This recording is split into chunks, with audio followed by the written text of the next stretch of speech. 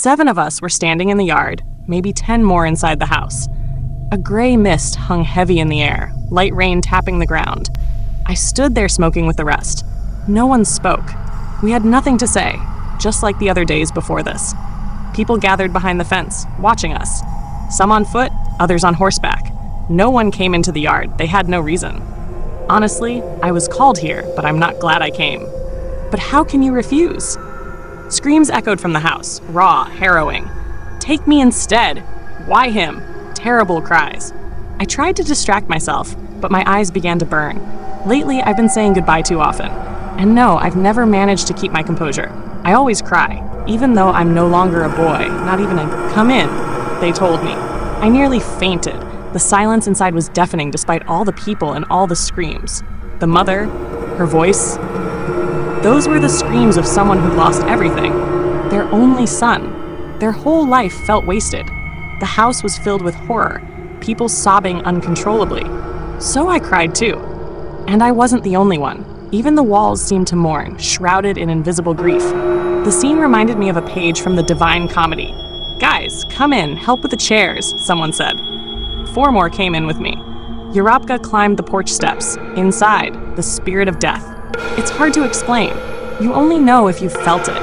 The kind of silence that follows tragedy. Stuffy, dim, terrifying. I forced myself in on trembling legs. The mother wailed hysterically, "I won't let him go." She pushed me in the chest, her face swollen like a clay mask. Horrifying. A chill ran down my spine. I looked at the coffin. He lay there, dressed well, like he might sit up and say it was all a joke. Better that than the truth. Because we all knew he wouldn't rise again. We surrounded the coffin, lifted it. Inside the house, people screamed like in a fever dream. We stepped outside. The whole village was there, even some outsiders. No one spoke. We placed the coffin on 4 stools. Hysteria rose like a wave. Tears everywhere. That thick, sticky atmosphere of death, inescapable, final. That's how it goes in small villages. Everyone knows each other from childhood, so goodbyes hit harder. These aren't just people. They're parts of your own life leaving, and with each one gone, a candle goes out in your soul. Our lives are like candles. They light when we're young and fade one by one as time goes. Some see them die and die last, remembering all the others. Some don't even have the time to light their own. And that's worse. "Let's carry him," someone said through choked tears. I grabbed a handle and we walked. One final path. It was hard. I cried a lot.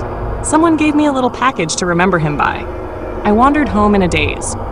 Back home, I washed my face 20 times with ice-cold water until it went numb. Only then did I calm down. The kids ran around, laughing. I hugged them, grateful they were safe. My wife was already bustling in the kitchen.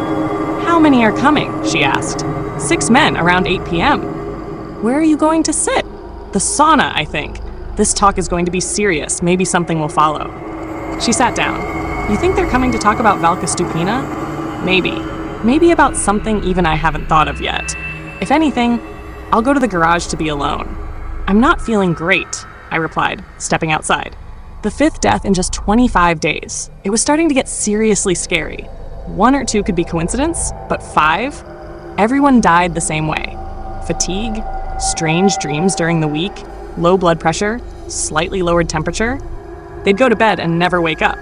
Doctors came, tests were done, no disease. But there was one connection between some of the dead. Valka Stupina. The first dead man had argued with her. She told him he'd die. He died a week later. Another hit her goat with a scooter, broke its legs. She didn't say anything, but he's buried now too. 2 of 5. Others claimed the rest had some kind of conflict with her. Some said all 5 were connected. That soon, anyone who wronged Valka would die. I believe it. I don't like her. Not as a person, not as anything. I'll say it. I wish she'd die already. Yeah, I know I shouldn't say that, but I don't care. She used to cause all kinds of trouble, all because her husband died in a barn accident. Roof collapsed. Everyone said it was just bad luck. Even the police, even the doctor. But she believed the men killed him. After that, she went crazy. Started messing with people. She once threw a sack into the well. They found it full of rock salt and pins. Ruined our drinking water. Another time, she tried to burn down a wheat field. They stopped it in time and locked her up, but only for 2 months. Everyone knew she was trouble. People called her a witch, a saboteur. They said she laughed when someone died. I think I heard her laugh too. Sick, twisted woman. When there's a new corpse, everyone talks about her. She never shows up to funerals. She laughs instead. I don't respect her. I have no proof, but if she disappeared, I wouldn't feel a thing. 6 of us gathered in the sauna, drinking, talking. It was close to midnight. Yurka started. I know this is wrong, vigilantism and all, but we all know something's up with Valka. If not her, then who? Maybe it's not her, said Maxim, my best friend. Could be, but people suspect her, with reason. She ruined wells, burned fields, maybe poured mercury somewhere. Now people are dying.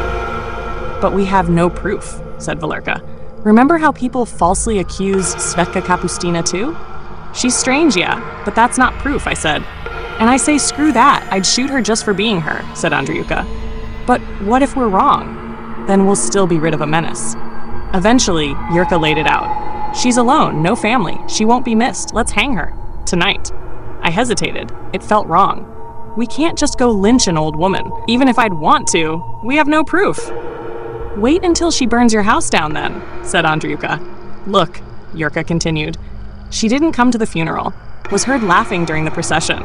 4 days later, they found needles stuck in the cross on the grave. The grave was disturbed. She was seen that day, dirty and mumbling. She wishes us all death, says it in public. She's evil, and there's no proof you'll ever find.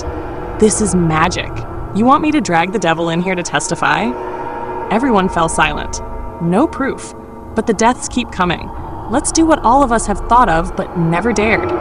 There's 6 of us. No one will talk. She's alone. The forest's near. We'll use a rope and a birch tree. End it. One by one, they raised their hands. I wanted to, but something about it felt wrong. What's the matter, Vidiak? Scared? Said Max. Where the earth calls. Everyone's going. Come with us. That's wrong, Yurka agreed. It's wrong. We're doing something lawless. We shouldn't, but there'll be no evidence. Only bodies. Vitka, don't you want an end to this? Aren't you tired of all the corpses? Maybe this will be the last one, someone said. And don't you want it all to be over? I do, I answered hesitantly. Then raise your hand and come with us. Everyone stared at me, pressuring me. Not exactly unwillingly, but I raised my hand. All right, everyone's ready? Let's make a pact. Tonight, we never left the sauna. If anyone asks, we were drinking and steaming. No one left, no one went anywhere. Even if we're seen, we'll deny it. As long as we speak in one voice, there'll be no problems. Deal? Deal, everyone said. It was too easy, too simple. We acted like we'd done this before. At home, Valka wasn't asleep. She was waiting. She sat at a table lit by candles. There were symbols scratched into the wood, letters, burning candles, and the severed head of a goat. She laughed when we walked in. I knew, she said. We hesitated for a moment. A witch. You didn't want this, my best friend Max whispered. Then we carried out the plan. We took Valka to the woods, deep into the forest near a small pond. By moonlight, we pulled the gag from her mouth. My death won't change anything, she said. No matter what you think, I'm not guilty. She's right, she nodded at me. Speak while I tie the noose, Yurka said. I'm not good at this. You're wasting time, Yurka. I may have wished ill on others, but believe me, you're judging the wrong person. Oh yeah? Max snapped. And the goat's head just lying there for no reason? It was divination. Harmless, just a little ritual. That goat was mine. You won't accomplish anything by killing me, she warned. But if you let me go, I might help you. Too late for that, Max said. You laughed. You never offered help. Why should I cry, she said. When my husband was murdered, none of you cried. You all said the garage roof collapsed. Paid everyone to keep it quiet. It was easier, cheaper. No one went to jail. You're insane, Igor said. My father was there. He pulled your husband from the rubble.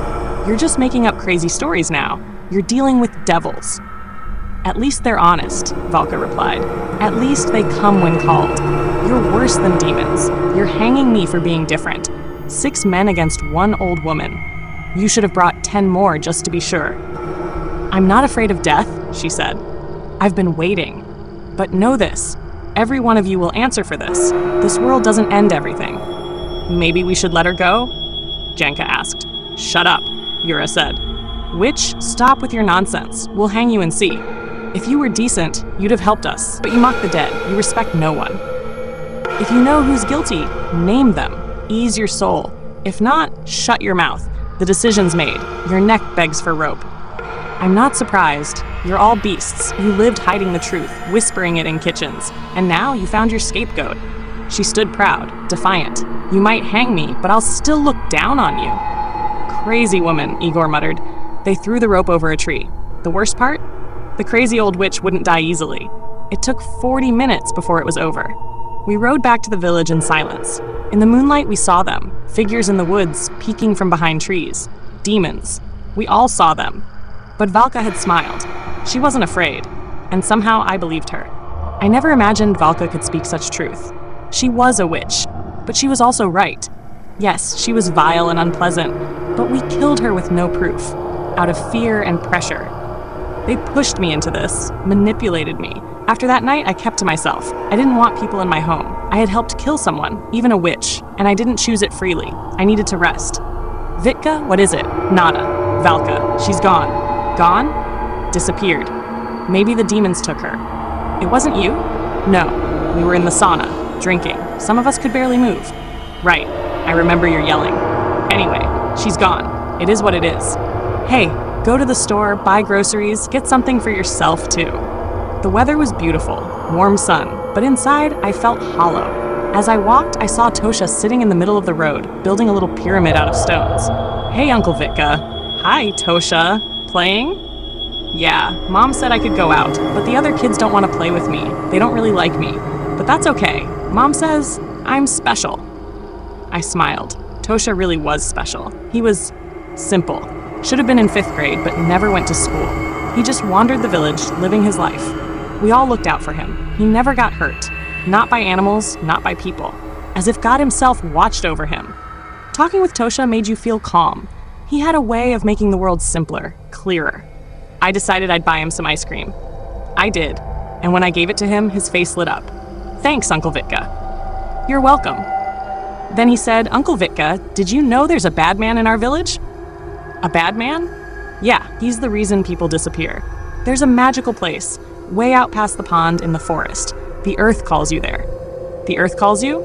Yeah. If the earth learns your name, it calls you. You go into the ground. Who's this bad man? I don't know. I didn't see his face, just from far away.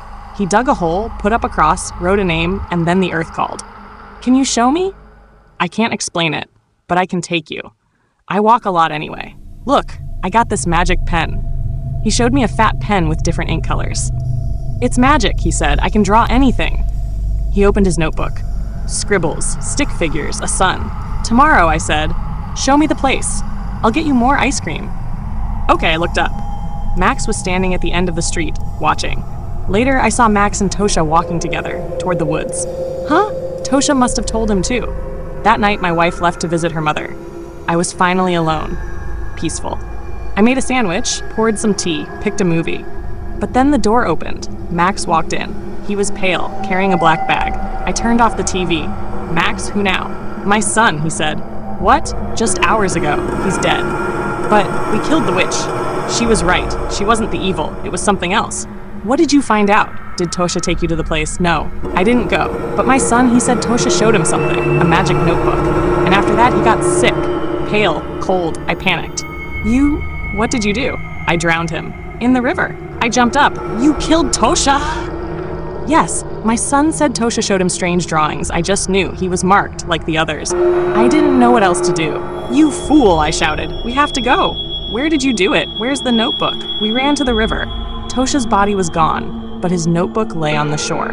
The wind flipped through it. Sun, stick people, a fire. This, I said, this is what scared you. Max leafed through it, and realization hit him. There's nothing here, he whispered. Exactly. The pen, look, it's a novelty pen with different colors. He called it magic. That's all. That's it. You moron, I said. God will punish you. Max broke down. Tosha was innocent, always had been. He didn't hurt anyone. He forgot to eat sometimes, asked strangers for food, not because he was poor, just hungry. Even dogs slept beside him when he dozed on roadsides. And Max, blinded by fear, killed him. Now, no one would find the place where the earth calls. The only one who could help was gone. Max snapped. He realized his son, Tosha, both gone. No one would forgive him. He would be hated and outcast. "I'm sorry, Tosha," he sobbed. Then he walked into the river. I tried to stop him. The witch, Tosha, now Max himself, he crushed his skull with a rock, sank beneath the water, and never came back. Valka's death, Tosha's. None of it stopped the deaths. I don't know if it helped, but we moved away, so that our names would never be written, so that the earth would never call us.